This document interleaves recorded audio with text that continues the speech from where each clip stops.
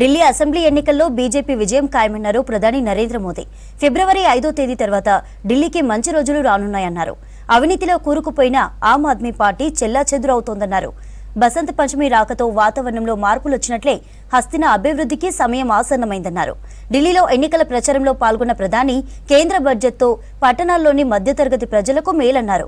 వికసిత్ భారత్లో అంతా భాగం కావాలన్నారు ప్రధాని. की आकांक्षाओं का बजट आया है। आप भी जानते हैं 10 वर्षों में भारत की अर्थव्यवस्था 10वें नंबर से 5वें नंबर तक पहुंच चुकी है।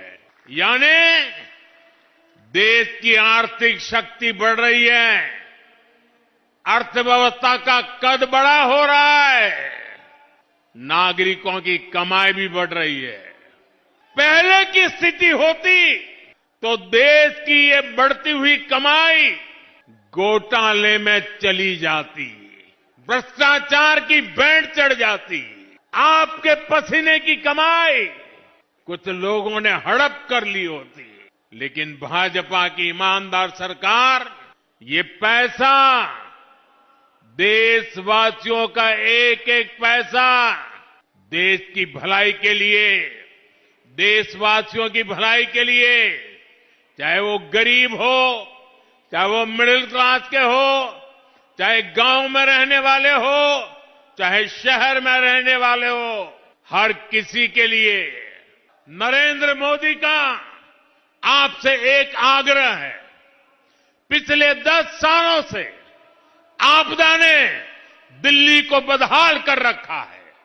अब समय आ गया है कि दिल्ली से आपदा हटाने का 5 फरवरी को कमल का बटन दबाएं और भाजपा को जिताएं। दिल्ली वालों ने तय कर लिया है, भाजपा के विकास को चुनेंगे, आपदा के विश्वासघात को नहीं सहेंगे। आपको याद रखना है, जिनके अपने शीश महल होते हैं उनको गरीब की झुग्गी और मिडिल क्लास का 2 BHK दोनों नहीं दिखते। एक तरफ भाजपा आपकी कमाई बढ़ा रही है, बचत बढ़ा रही है, वहीं आपदा ने दिल्ली वालों का जीना मुश्किल करके रखा हुआ है। बीते 11 साल आपदा की बहुत बड़ी कीमत दिल्ली वालों को चुकानी पड़ी है। आपदा ने दिल्ली को बीमारियां दी हैं, दूषित हवा से ही दिल्ली वालों को हर साल सैकड़ों करोड़ रुपए का नुकसान होता है। प्रदूषण की वजह से दिल्ली के मेरे दुकानदार साथियों को भी सैकड़ों करोड़ रुपए का नुकसान होता है। कोई भी ऐसा वर्ग नहीं है जिस पर आपदा का दुष्प्रभाव नहीं बढ़ा।